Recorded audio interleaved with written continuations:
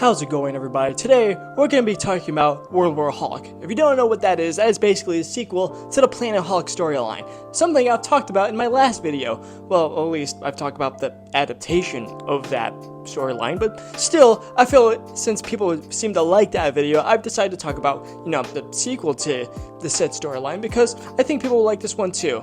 Also, I'm just gonna, probably spoil it for you guys, so, spoiler warning, obviously, but yeah. That aside, obviously, I really like the storyline. I've heard it's actually got mixed reviews when it comes to, people who enjoy Hulk stories. Some people like it, some people don't like it. But personally, for me, I really enjoy it. I enjoy the art, I enjoy the story, I enjoy the characters. It's just a really cool storyline, and it's just really fun. Also, seeing Hulk basically beat the living shit out of all the heroes in New York was a pretty satisfying thing, to be honest, especially when you've read Hulk throughout the years and you know all the shit that he's gone through. It's just really cool to see him get his get back, if you know what I mean. But yeah, as I said, this is a sequel to Planet Hulk. So if you don't know what happened in Planet Hulk, basically, Hulk got shot off into space by the Illuminati, these guys, obviously, and then he became stranded on a brutal planet of Sakaar. He became a gladiator, then he became a freedom fighter, and then he became a king after he disposed of the original king. And then it all went to shit because the thing is kind of got a bit explosive, if you know what I mean. Oof. The thing that blew up the planet was the ship that brought him there. Obviously, the Hulk blamed all the heroes that shot him into space, so he decided to equip up and go into space and go back to Earth so he could go to war with them. And that's how World War Hulk starts. It starts with him flying off into space with all of his Warbound. By the Warbound, I mean these guys. You don't have to remember their names because they become irrelevant after this entire storyline anyway, so it doesn't really matter. But yeah, he bands together with these guys, and they go off to Earth, and the first thing to do is beat the ever-living shit out of Black Bolt, who lives on the moon with the rest of the humans. Spoiler alert, this isn't actually the real Black Bolt, this is actually a Skrull, because during this, there was a whole, the secret invasion storyline. The good one, not the shitty show with Sam Jackson looking very old. I'm talking about the good secret invasion storyline, which was really fantastic, but because of that, Hawk actually didn't defeat Black Bolt in this little issue. He just defeated Black Bolt's Skrull guy, who was taking the place of Black Bolt. Yeah, ran over. After everyone saw Hulk absolutely annihilating Black Bolt, everybody was just like, holy shit, this guy is off his rocker. We gotta get people of New York out of here and, start to equip ourselves so we can fight the Hulk and his team. So, they start to do that. Iron Man and Mr. Fantastic go to the Sentry's house to convince him to fight the Hulk. At first, the Sentry's just like, I don't know, me and the Hulk, we're like friends, we're like buddies. Why should I fight him? And then they're just like, well, the Hulk is really pissed off at us, and he's probably going to destroy the entirety of New York if we don't have you there. So can you please help us? And then he's just like, okay. But for some reason, he still stays at the house despite saying okay. But, whatever. That's just how storylines work. So anyway, all the heroes are evacuating the people out of the city. Some people decide to stay because they're starting to support the Hulk because they believe that the Hulk is saying is true. And they just don't like the superheroes though because, before this was a whole Civil War event, which was an entire clusterfuck that I probably would never talk about, but unless you guys want me to. So comment that down below if you want me to talk about the Civil War event because holy shit, that was a thing. That was an entire phase that happened. But yeah, they get ready, and then Iron Man comes in with the new Hulkbuster, looking very clean, very cool, and he tries to take on the Hulk. Long story short, it doesn't end well with Iron Man. He gets fucking obliterated. He gets punched through a skyscraper and then smashed down into the middle of it, and the Hulk just stands like this, looking mad as hell, and it's really fucking cool, and everybody's just really afraid of him. After that, Hulk and his team fight the rest of the Avengers, and they are just not winning whatsoever. His team is just absolutely fucking annihilating them. They are beating the ever-living shit out of them. It's not looking good for them.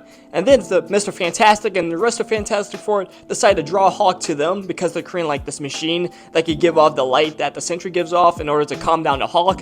And for a while, it seems to be working. Until it doesn't, because the Hulk saw right through it and beats the ever-living shit out of Ben Grimm and the Human Torch and Sue Storm and Mr. Fantastic and all of them, and puts those slave discs on them so that they're forced to obey the Hulk whenever he tells them to do something. So yeah, it's not really looking good for the heroes. It's not looking good whatsoever. And what's even worse is that the public is totally against the Avengers. They are totally for the Hulk. As I said, they are really happy that the Hulk is there, just giving the Avengers all the hands, because they don't like the Avengers. As I said, the whole Civil War event happened, and a lot of people died. Specifically, this guy. His name was Goliath, and this nerdy little dude was actually his nephew. So he's pretty upset about the shit that happened during the Civil War event. Pretty justifiably so, if you ask me, but that's just my opinion.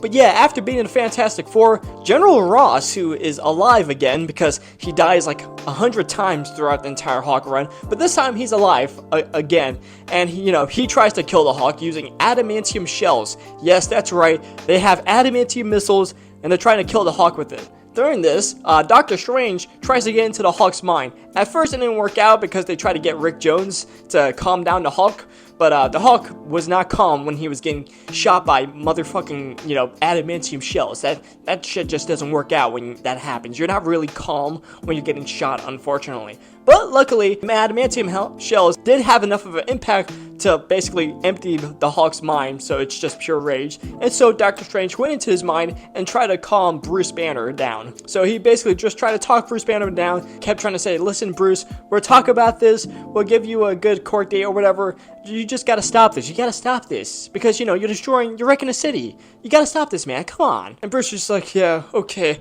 I'll stop. And, they look like they're about to shake hands. And then Bruce Banner turned back into Hulk and fucking crushes Doctor Strange's hands. Which is weird because this was actually the spirit of Doctor Strange, not his physical form. But I guess if you hurt his spirit form, you also hurt his physical form. So yeah, he basically fucking breaks Doctor Strange's hands again. I bet he was going through some, flashbacks whenever he got hit by that car. So yeah, that was pretty bad, pretty funny too, because how he got his powers in the first place was by breaking his hands. So yeah, that definitely happened. So Doctor Strange moves on to plan B, and that is getting a demon to get into his body and give him more power. So he does that, and it seems to be that he is beating the Hulk because, he has demon magic, which is way more powerful than the actual magic that Doctor Strange has used. But unfortunately, there's a lot of collateral damage, and he nearly kills a couple of people. Luckily, the Hulk was there to save them, making people love the Hulk even more and making people hate all the other heroes even more. So the Hulk, when seeing that Doctor Strange was lowering his guard when he realized that he accidentally managed to nearly kill people, the Hulk just fucking pounds on him, beats the ever-living shit out of him, and then Rick Jones, his friend, was telling the Hulk to stop, you gotta stop doing this, Hulk.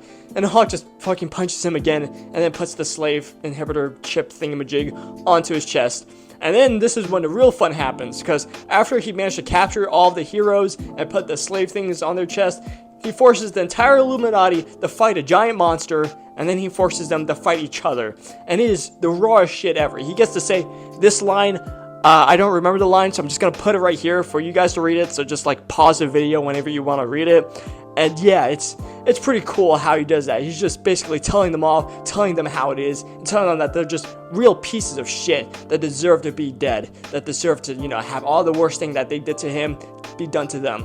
But then he stops them from killing each other because he wasn't there for vengeance. He was there for justice, because he wants to show people that he's better than them, that he is better than the so-called heroes that shot him into space without his consent, basically. And it's really cool. It's a really cool moment to see that the Hulk isn't just this mindless monster that just wants to smash. He has some level of intelligence and self-awareness to him, and he understands what he's doing and how he does it. So it's really cool to see this. But of course, the story doesn't end there. It has to end on an explosive ending. So, the President of the United States, not this guy, just some fictional president, I'm guessing, decides to give the Sentry a little pep talk and tell him that, hey, Hulk, your friend, he's kind of destroying New York, so it'd be nice if you get your ass over there to help out. And then the Sentry's like, okay, and then flies off, and, they fucking fight, and it is gorgeous to look at. When you can actually see it, because it's a lot of bright colors, a lot of bright yellow colors, because the Sentry has the power of like a million suns, so obviously it's going to be a lot of yellow on the pages. But it's cool to see them fight. They're basically destroying all of New York, and it's getting really bad. And so finally the fight starts to cool down because they can't keep their forms in for long until it's just Bob and Bruce fighting each other. And Bruce manages to knock out the depowered Sentry. By the way, the Sentry's name is Bob. If you guys didn't know, you do now. So there's that. And it seems afterwards that Bruce actually stopped being the Hulk and actually wants to, stop fighting everybody. And it looks like he wants peace. And then Meek, this motherfucker Meek, he fucking stabs Rick Jones, the guy who's like the Hawk's best friend, who's been there for the Hawk since like literally the beginning. Yeah, he fucking stabs him because it turns out that Meek was the reason why the ship exploded, the spaceship that sent Hawk into space exploded. He was the reason why Kyra died, the Hawk's wife died. He was the reason why all this shit happened, because he just wanted the Hawk to be big and strong and be like the world breaker. He wanted to see the Hawk's true power and true vengeance, and see him become a little pussy bitch and, not killing the people he swore to kill.